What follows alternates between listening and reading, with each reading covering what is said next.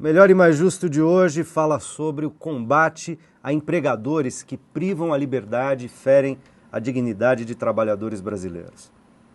Está em tramitação no Congresso Nacional a proposta de emenda constitucional, a PEC 438, desde 2001, que prevê o confisco de terras onde o trabalho escravo foi encontrado e a destinação dessas terras para a reforma agrária. A proposta passou pelo Senado Federal e foi aprovada em primeiro turno na Câmara dos Deputados em 2004, 8 anos atrás. Desde então, espera a segunda apreciação.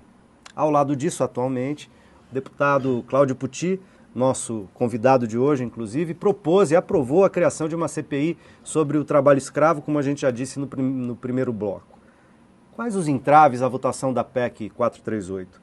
E quais são as perspectivas da CPI? Deputado, por favor, como é que a CPI promove, recoloca esse debate ou coloca esse debate, digamos, em outros patamares? Olha, nós estamos vivendo um tempo que eu acho que de algum progresso no Brasil, né? Crescimento econômico, alguma distribuição de renda significativa comparada com outros países, apesar do baixo crescimento econômico de 2011 comparado com países da Europa, nós não estamos vivendo a convulsão social que alguns países vivem. Por outro lado, nós temos uma certa, a meu ver, uma certa pasmaceira política, né? Onde certos temas acabaram sendo relegados para baixo do tapete e que dizem muito de respeito ao caráter de desenvolvimento que nós queremos para esse país. Então é fundamental que nós toquemos algumas feridas que estão lá abertas na nossa formação social, estão lá abertas na vida dos brasileiros e brasileiras, e uma delas é o trabalho escravo. Tem tantas outras, né? Uhum. A PEC que você se referiu foi apreciada há 8 anos atrás. Eu estive pessoalmente com o secretário-geral da CNBB, com o presidente da Câmara, um pouquinho antes da votação do Código Florestal, que foi Dessa última agora? Da última votação do Código Florestal, que é uma alteração ruim no Código Florestal brasileiro. E havia um compromisso dele, no ano passado, de colocar na pauta, a PEC está pronta para ir para a pauta, de colocar na pauta assim que votasse o Código Florestal no primeiro turno. Está prevista a votação no segundo turno e nada de colocar na pauta. Qual é a preocupação que divide aqueles defensores da PEC na Câmara? A preocupação de não colocarmos a PEC e perdermos. Essa é a preocupação. A bancada ruralista é muito forte. É muito articulada, mas eu acho que nós temos que enfrentar o debate de qualquer maneira e colocar bem claro que o nosso agronegócio, que é importante para a nossa balança comercial, que é importante para o crescimento do país, ele pode prescindir de formas ultra arcaicas de trabalho. É um agronegócio que se beneficia de avanços propiciados pela pesquisa da Embrapa, das nossas terras, que são de excelente qualidade, de uma mão de obra volumosa. E nós não temos nenhuma justificativa, pelo menos de caráter econômico, humanitário de jeito nenhum, mas de caráter econômico, para conviver com a informalidade, com a precarização e com a degradação. Então, eu sou da posição que nós temos que enfrentar, colocar na pauta e discutir esse negócio. Votar, e a CPI vem com esse intuito de nós provocarmos o debate, fazer uma pressão política. Eu estou cansado de ouvir, no meio acadêmico mais conservador, entre políticos e entre proprietários rurais, de que trabalho escravo é simplesmente a informalidade no campo, né? É como simplesmente um camelô no meio rural, né? Isso é um absurdo. Então, nós temos diversos relatos... Não estamos falando de economia informal, nós né? Estamos falando de diversos coisa. Relatos comoventes de gente, por exemplo, na Transamazônica, na colheita do cacau, de jovens de 9 anos, de 10 anos de idade, com os olhos furados, né, na colheita, trabalhando na colheita do cacau, não recebendo nada, recebendo simplesmente a comida, com uma dívida imaginária com o dono lá do barracão. Então, nós estamos falando disso, estamos falando de condições que são absolutamente... desumanas e que são inaceitáveis. Nós estamos vivendo momentos de grande dinamicidade no nosso mercado de trabalho, o salário mínimo cresceu. Desemprego em queda. Desemprego em queda, queda histórica do desemprego, a renda dos trabalhadores crescendo. Nós temos condições de barganha dos setores formalizados. E o que está acontecendo é que o sistema está acessando mão de obra de outros países para tentar baixar seus custos. Nós não podemos deixar isso acontecer.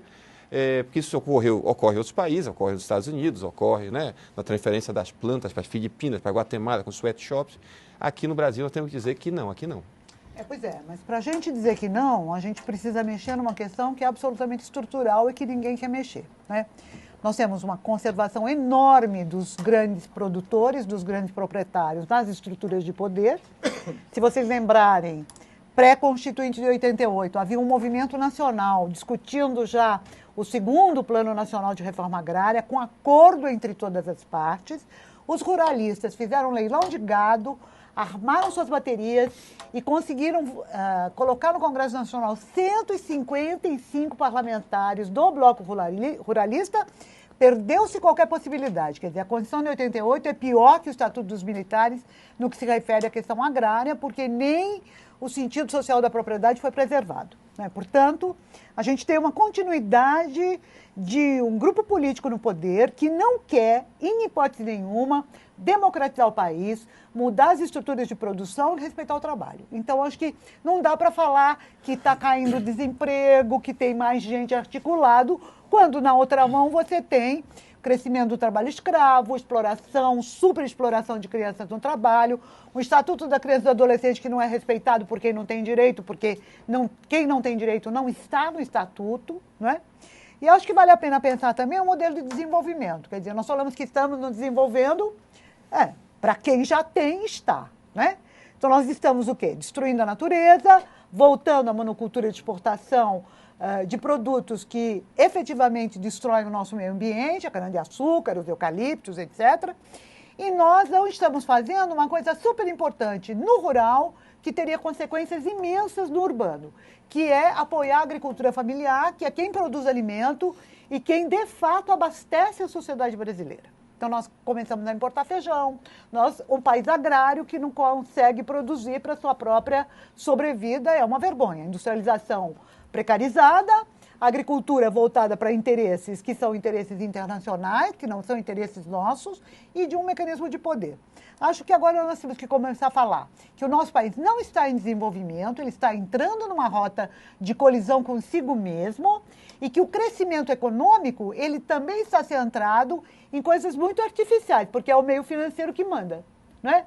E no mercado financeiro nós sabemos que a volatilidade da moeda é absolutamente fundamental, haja visto a crise mundial e a nossa própria quebra de moeda, que você acabou de dizer, deputado, estamos com uma desvalorização enorme, etc. É preciso... Uma apreciação, né, do câmbio, no caso. Uma apreciação mesmo, né? Então, nós temos que agora falar de coisas que são mais radicais, na perspectiva de quem quer mudança. E acho que a vida parlamentar, se ela não tiver consonância com o movimento da sociedade civil, nós fazemos lei que não são cumpridas. Agora, né? deixa eu botar o Lucas na conversa aqui e fazer aqui a minha função um pouco de provocador. Estou ouvindo a fala eloquente aqui da Zilda e, ao mesmo tempo, eu vejo o seguinte, me parece que há avanços no campo no campo do desenvolvimento. Quer dizer, o Brasil produziu questões importantes na agricultura familiar, na economia solidária. Claro que elas estão muito aquém do que gostaríamos, mas a gente tem andado nessa direção. Aliás, tem andado até no debate, mas as disparidades continuam enormes. Eu queria que o Lucas, do ponto de vista, inclusive, do movimento social, dos trabalhadores, do movimento sindical, da CONTAG, os trabalhadores rurais e tal, como que vocês veem, de um lado, as conquistas, que não foram poucas nas últimas décadas, tá certo? As conquistas da sociedade brasileira e as contradições, as disparidades, esses desequilíbrios que nos convocam, aí sim, e aí eu estou com a doutora Zilda aqui, né, nos convocam a uma radicalidade, a um outro tipo de enfrentamento, né, que talvez a gente precise construir. Como é que você vê isso, Lucas? Primeiro, aproveitar que o deputado estava falando desses grupos econômicos que produzem no Brasil. Você pega o setor da soja, por exemplo, ele é muito moderno, do ponto de vista de equipamentos, de desenvolvimento, ele é muito moderno. Nas relações de trabalho, não. Nós temos um dado, eu estou com uma tabelinha aqui interessante, que é o seguinte, 2 setores no Brasil, que é considerado hoje exportação assim, muito forte, tem uma influência muito grande no PIB brasileiro, deputado, que é a cana-de-açúcar e a pecuária. Exportação de carne brasileira hoje é uma realidade, né? Isso. Bom, no trabalho escravo, esses 2 setores é o que mais teve problema. Em porcentagem, A pecuária é 30% dos trabalhadores resgatados e a cana-de-açúcar 29%. Os dois andam muito próximos. No número de trabalhador resgatado, aí eu estou falando de um período de 95 a 2010, isso aqui é dados do próprio Ministério do Trabalho, 9 mil na cana e 9 mil na pecuária. Então você vê que esses dois setores são muito grandes, eles são modernos, a cana-de-açúcar e tal. Associados. Agora você sabe, Zilda, aproveitar que a professora falou uma coisa importante, né? Ela que é uma estudiosa, né, como se der doutora nesse assunto dos estudos, e é importante ter pessoas assim.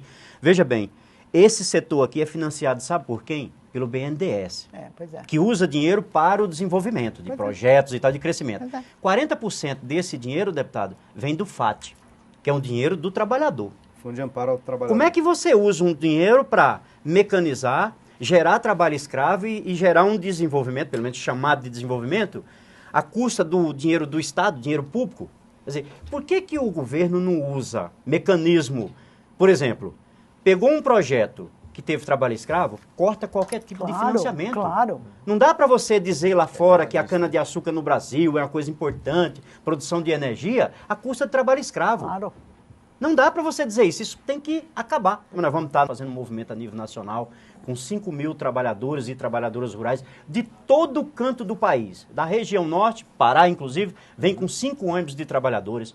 Todo o Brasil nós estamos reunindo para quê? Para mostrar para a presidenta Dilma que esses trabalhadores estão com problemas, nós precisamos de um projeto grande de capacitação, nós precisamos parar com esse negócio de financiar uma agricultura que gera trabalho escravo, que acaba com a natureza e que agrida a agricultura familiar. Tu falou uma coisa importante. Em questão de política agrícola, nunca teve, do governo Lula para cá, nenhum governo, nós triplicamos os recursos para a agricultura familiar. Isso é uma realidade. A agricultura familiar hoje ela tem uma política pública de governo, que é o PRONAF, né? Que é o mecanismo de financiamento e de fortalecimento da agricultura familiar. Tudo bem, isso é uma realidade, é importante. Só que hoje, essa agricultura patronal, que a professora estava falando, assim, ela está agredindo a gente. Porque onde você tem um assentamento, uma comunidade, que começa a cana-de-açúcar a ir para ali, a gente vai ficar no meio pressionado. Sabe por que está acontecendo agora? Nós não estamos conseguindo produzir, deputado? Os caras jogam veneno de avião na cana e mata nossas lavouras, polui os lençóis freáticos, polui a nossa água, contamina os nossos animais. Você não pode criar uma galinha, não pode criar um porco, não pode fazer mais nada. Na soja também. Né? Na soja também. Então nós precisamos discutir o modelo, e a CONTAG quer discutir agora, nós vamos discutir esse ano, de 2012, com o governo federal, um modelo que permita essa convivência no campo. Tem que é verdade, você tem política pública por um lado, mas você tem uma contradição. Eu acho que a contradição está nisso. A cana-de-açúcar, por exemplo, ela consegue recursos... Então, deixa eu pegar a contradição e botar o Alexandre, senão o Alexandre não fala nesse legal, bloco. por favor. Você viu aqui, Alexandre, pensando em política pública, quer dizer, o Ministério do Trabalho, quais são as políticas públicas do ponto de vista do trabalho, isso no âmbito rural, urbano, etc., que poderiam, de certa maneira, ajudar, né, a equacionar esse tipo de problema, esse tipo de disparidade, de antagonismo. Quer dizer, a gente é um país, se você pegar certas questões, fala, nossa, o Brasil andou mais em 10, 20 anos do que em 500 anos de história. No entanto, em outros lugares a gente permanece muito atrasado. Então, essas disparidades são enormes e o ambiente do trabalho, o campo do trabalho, mostra disparidades desse tipo, e as políticas públicas do Ministério do Trabalho vão em que direção? Apontam soluções em que direção? Bom, no que diz respeito à fiscalização, e principalmente no meio urbano, focar a força da fiscalização do Ministério do Trabalho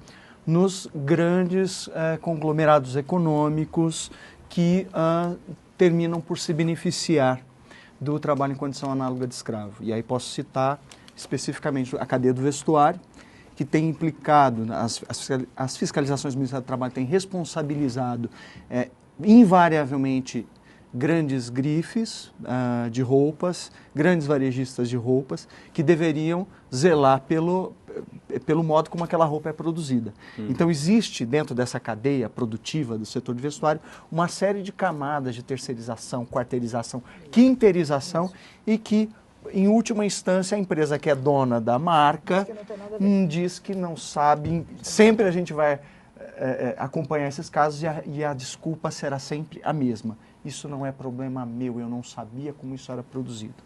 No caso da construção civil, o monitoramento a concentração em cima do monitoramento de grandes obras, principalmente obras de infraestrutura urbana. A gente tem aí grandes eventos esportivos que vão demandar um aumento muito grande dessa mão de obra na construção civil, principalmente, e o monitoramento de obras públicas. Ano passado, infelizmente, nós tivemos 2 resgates urbanos no estado de São Paulo de trabalhador em situação análoga de escravo em obra pública. Verdade. Isso é Verdade. mais grave do que o próprio financiamento de BNDES, o Banco do Brasil, ou Caixa Econômica Federal, que são bancos públicos que deveriam zelar por esse dinheiro público. É obra pública.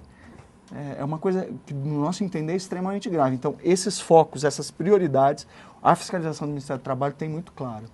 E há empresas, e aí pode ser empresa no meio urbano ou no meio rural, estou tomando aqui os produtores de soja, de cana, de pecuaristas, como empresários rurais. Há empresas que têm dado mostras de possibilidade de fazer diferente disso. Grandes empresas que possam trazer, digamos, práticas saudáveis no campo das relações de trabalho. Eu vou tocar nesse assunto, vou dar um exemplo aqui de eu diria o seguinte, quase que prática saudável até a página 3, né? Que foi a Apple, grande produtora da informática e tal, que todos conhecem, contou que ela descobriu, que ela fiscaliza, que ela acompanha, que ela descobriu que tem fornecedores dela produzindo trabalho, produzindo materiais por meio de trabalho escravo. Então ela está atuando, mas ela não acabou com os contratos, ela deu tempo para os caras corrigirem. Isso seria uma prática adequada, mas no próximo bloco vou fazer mais um rápido intervalo e a gente volta já já com essa conversa, não sai daí.